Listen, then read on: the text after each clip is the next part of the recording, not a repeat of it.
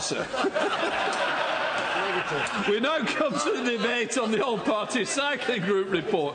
Get Britain Cycling. Dr. Julian Huppert. Thank you very much, Mr. Deputy Speaker. It is a great pleasure to move this motion. I thank the Backbench Business Committee for agreeing to schedule a debate on this subject after the success of our very well-attended debate last year in Westminster Hall, which showed just how many members of this House care about cycling. And we discussed there are all forms of cycling, from sport to commuting, leisure, utility, all-access cycling. And it was clear from that debate the members agreed that cycling was an energy-efficient form of transport, a healthy way to get around, a cheap means of travelling and fun as well. And no one who was at that debate will forget the tale we had of romance on a tandem. And since that debate, the All-Party Parliamentary Cycling Group, which I have the great pleasure of co-chairing together with the Honourable Member for Dudley North, has conducted a detailed inquiry to make a series of recommendations for what government ought to do to get Britain cycling. And it is that report that we are debating today. And to produce that, we spoke to a wide range of people from the cycling... Absolutely. I'm very grateful. I'm not at all surprised that this debate is so well attended. And I just want to put on record the representations I've received from at least one constituent who wants us to focus still more on cycling as part of an improved environment. And would the honourable gentleman therefore agree with me that improving the road structure, pathways and so on is important because individuals want to take part, but also because it's a great attraction for the tourism opportunities that our areas represent. I thank the Honourable Gentleman for his comments, and I agree completely. There are huge benefits. I will outline some of them in my speech now, but he is absolutely right that tourism can benefit, the environmental concerns. There are lots and lots of benefits of getting Britain cycling. I will do, and then I'd like to make some... Very briefly.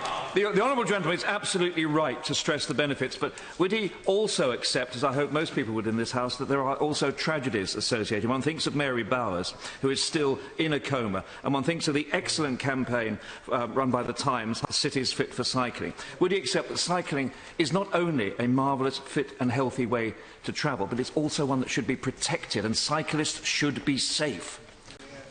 I agree, of course, with the Honourable Gentleman, and there have been a number of tragedies. Part of what we ought to do is to make sure that it is safe for people to cycle. It's actually fairly safe at the moment, but the perception is a problem, and there are far too many tragic incidents, such as Mary Bowers. I agree. If I can make a bit more progress, and then I will... let them sit through the we spoke to a wide range of people, from cycling organisations themselves, who I thank for their assistance throughout the process, but also a range such as the police, the freight industry, Living Streets, the President of the Automobile Association and many others. And I thank all of them, and particularly those parliamentarians from both houses who served on the panel, many of whom are here today, and also Adam Kaufman, who coordinated the entire process. Now, there were hundreds of suggestions for recommendations, and you can find those and more analysis in the companion report from Professor Phil Goodwin, together with transcripts of the entire sessions if you wish to follow them.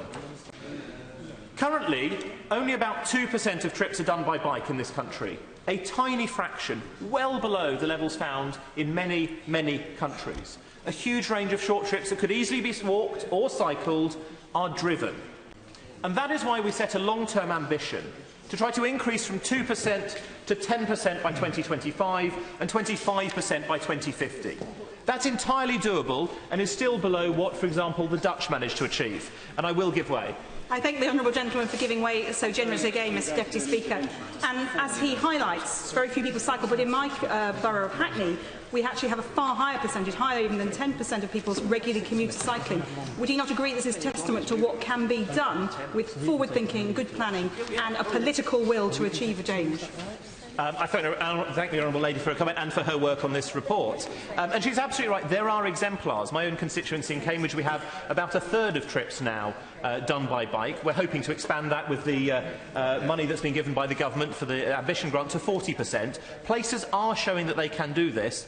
The rest of the country can as well. Will my honourable friend give way? I will give way once on this side, and then I'll make a bit more progress. And then I thank my honourable friend for giving way, and he's absolutely right. Of course, the government must provide funding, and it has been doing so. But it's also important for local authorities, I think, to be doing more. Can I just quote briefly what the chairman, Adrian Lawson, of the Reading Cycling Campaign, said? And he's a constituent. He said this about Reading Borough Council: We identified a lot of simple things that would make it immeasurably better for cyclists. This was over a year ago. Not a single thing has happened. It just goes to show, does he not agree with me, that we need local councils also to implement? Yeah. Absolutely. Local authorities have a critical role to play. But if more people were to cycle and to walk, we would all benefit. We would be healthier, saving huge amounts of money for the NHS, billions of pounds. There'd be less congestion on the roads, making travel times faster and more reliable for those who are in cars. There'd be less pressure on city centre parking, helping people to get to the shops, keep the economy going, and the economy would grow. In fact, cycling already contributes around £3 billion to the UK economy, but is not always seen as significant as that. We all win by promoting cycling and promoting walking. Yes. Could I applaud the securing of this debate by the honourable gentleman and those members who have their name to the motion today? And could I say as well, this can be done not only in Cambridge, but also in extremely hilly and mountainous areas such as the constituency of Ogmore, with the right investment by the local authority and the voluntary sector in things like safe routes to school, which then link up to safe routes to work, which then link up to the Avon-Argyll mountain bike track as well. It can be done. It can indeed be done. It doesn't have to be a flat, dry area like Cambridge. The Honourable Gentleman is absolutely right. It can be done anywhere in the country. I will, and then I want to make some progress. I thank him for his generosity in giving way. I'd like to draw attention to Ealing, which has a very strong reputation as a cycling borough, and schools there are playing their part in training young people using their travel plans. 8 schools in Ealing are now have travel plans that are considered outstanding. And I wonder whether my honourable friend would agree that using travel plans is a very imaginative way for schools to train youngsters in cycling. Travel plans do play a critical, and she's absolutely right to highlight the role of schools, because training in schools makes a big difference. The government has protected bikeability funding. I had my own bikeability training during the summer from Outspoken Training in Cambridge, and I learned quite a lot from that, and it would be good to see other people having that. I will take one more from this side, one more from that side, then I'm just going to speak. I'm grateful to my honourable friend who has, I think, the distinction of being fashionable now. And I'm glad he's got a reference on page 15 to the bridge over the railway tracks at Cambridge, which I think funded and was delighted to be part of opening. On the risk issue, can I ask him if he'd kindly suggest or agree with me that comparisons of risk per distance travelled are ludicrous for comparing walking, cycling and driving and flying, and we ought to have risk per hour exposed, which gives people a far greater sense of the relative safety of cycling. The Right Honourable Gentleman is absolutely right, and I thank him for his support for Cambridge cycling. Statistics can say all sorts of things. The most dangerous form of travel per trip is the space shuttle, and the safest per mile, per passenger mile, is also the space shuttle, which I think shows the extremes. Now, I'm going to make some progress because there are a lot of people who wish to speak in this debate. So our report makes 18 recommendations in 5 key themes. The first of these is about having sustained investment in cycling to improve the infrastructure. The European standard is to have funds on the order of £10 per person per year, hopefully rising to £20 per person per year. That is the sort of level that the Dutch have sustained that we need to make the difference. It will not happen overnight, but the benefits will substantially outweigh the costs, according to almost every single study which has been seen. And of course, many of the improvements that would benefit cyclists, such as improvements to road quality, segregated cycle tracks, junction changes, will also benefit pedestrians and other road users. There is no conflict necessary in improving the infrastructure. The Honourable Lady was very patient, so I will take her. Thank you. Thank you. I thank the Honourable Gentleman for securing this debate. I want to draw the House's attention to the death in July of Philippine de Guerin Ricard in my constituency, a 20-year-old student who was tragically killed while she was cycling, and previously, in the previous year, 2 others were killed on the Ring Road. And I fully support his point about the need for investment to make roads safer, both for drivers as well as cyclists. And can he say a bit more about what can be done to reduce the number of minor and major injuries that have increased by 29% in the last year, a dramatic increase between 2005 and 2009 from that period. I think the point of a lot of what I will say will be about how we can reduce that. Some of it is about infrastructure, some of it is about measures such as making heavy goods vehicles safer, which I will come on to talk about in more detail. I would like to make progress, otherwise I'm afraid other people will not have the chance to speak.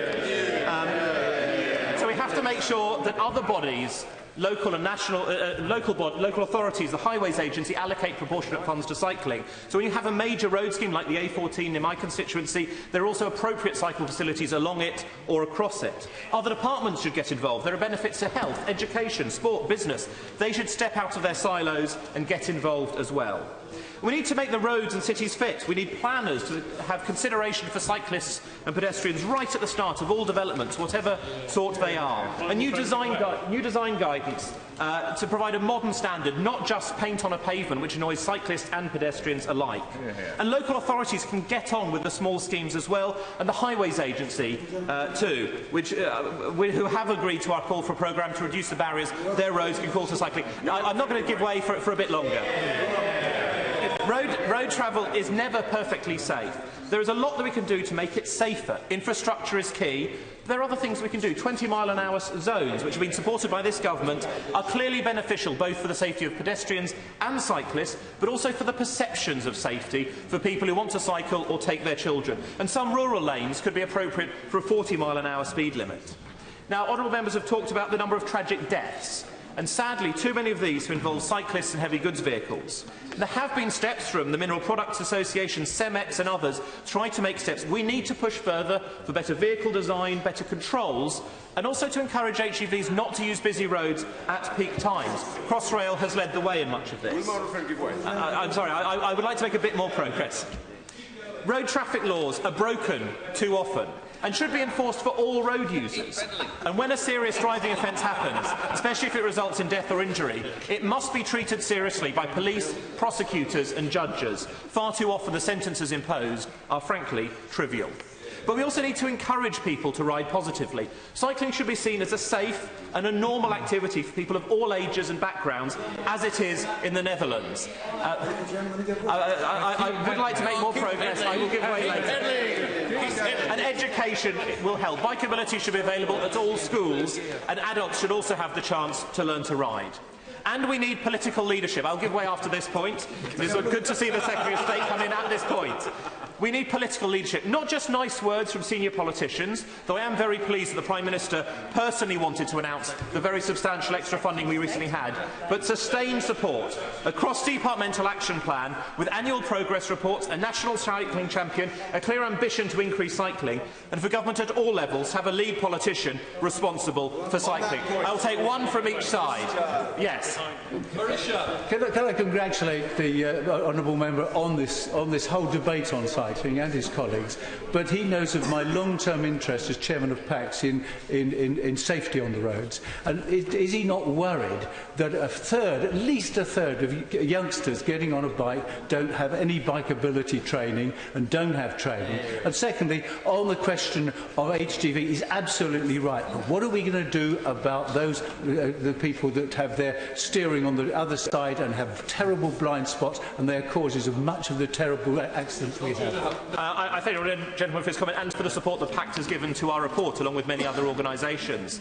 I do think there should be more training for people. It shouldn't be compulsory, but we want to encourage people to be comfortable to say, and there is a lot more about heavy goods vehicles we can deal with. I said I'd take one for this, I should take one of my own colleagues. I thank my honourable friend for giving way, and as somebody who's cycled in the UK and in Holland, does my honourable friend share my concern that sometimes we have meaningless bits of paint on pavements where there are trees in the middle of the cycle routes, and what we really need is segregated cycle paths?